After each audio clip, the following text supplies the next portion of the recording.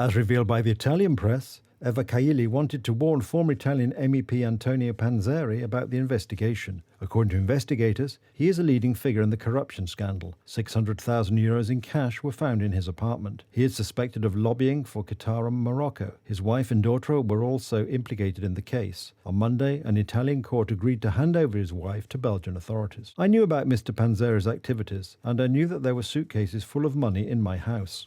Eva Kaili faces charges of money laundering, corruption and participation in a criminal group. A total of €1.5 million in cash has been seized by police in at least 20 raids on homes, offices and hotel rooms in Belgium, France and Italy as part of an investigation into alleged corruption and money laundering, most likely involving Qatari representatives. The investigation against the Greek MEP is being conducted simultaneously in her home country and in Belgium. In Greece, she faces up to 15 years in prison. In Belgium, the criminal code provides for much lighter penalties, from 3 to a maximum of 5 years in prison. In addition, Greece has frozen assets of the MEP and her immediate family. It is associated with the second largest political group in the European Parliament, the Socialists, who are regarded here as such mentors who want to instruct everyone. It turns out that corruption has reached this party.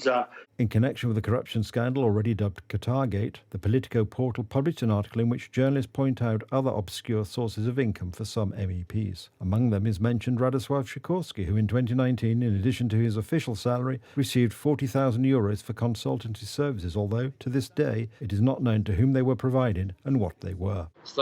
He stands, in my opinion, at the wall at the moment because he either reveals who he was consulting, to whom his advice was necessary, who valued his advice so highly, or he should leave politics immediately. What is happening in Brussels shows the utter collapse of the EU institutions, points out the editor-in-chief of Gazeta Polska Codzienna, Tomasz Sakiewicz. Representatives of the ECJ were entertained together with representatives of the EC by the lobbyists who rented the castle and gave lavish parties. After all, this was a mere form of bribery and should have been followed by the resignation of the European Commission and the ECJ. And all that happened was that the penalties on Poland for the alleged lack of rule of law escalated. The European Parliament has decided immediately to suspend all work on legislation related to Qatar, air travel agreements, visa liberalisation and also planned visits until the Belgian investigation is completed.